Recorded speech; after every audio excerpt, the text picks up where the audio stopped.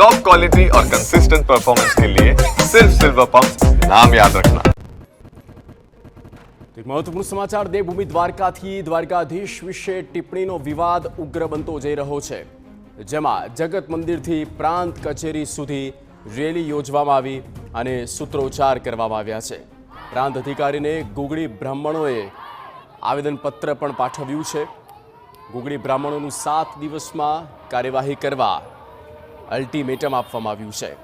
યોગ્ય પગલાં ન લેવાય તો ઉગ્ર વિરોધ કરીશું તેવી ચીમકી પણ આપી દેવામાં આવી છે।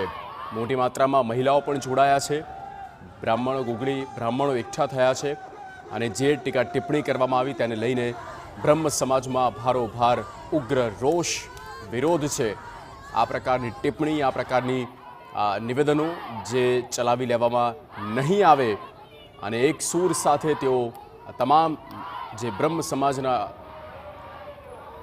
લોકો છે તેઓ વિરોધ પર ઉતરી આવ્યા છે।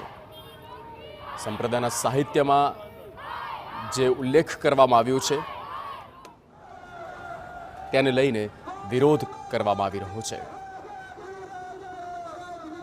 સ્વામિનારાયણ સંપ્રદાયના એક પુસ્તક, એક સાહિત્યમાં જે શબ્દ પ્રયોગ કરવામાં આવ્યો તેને લઈને ગુગળી બ્રાહ્મણો ભારોભાર રોષે ભરાયા છે અને આ અંગે વિરોધ કરી રહ્યા છે।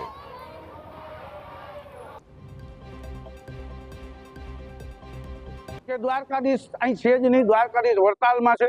આવી બધી વાણી વિલાસ કરી અને જે સમગ્ર જ્ઞાતિજનોને અને સમગ્ર દ્વારકાવાસીઓને દુઃખ પહોંચાડ્યું છે, એને હૃદયની લાગણી અને ઠેસ પહોંચાડી છે।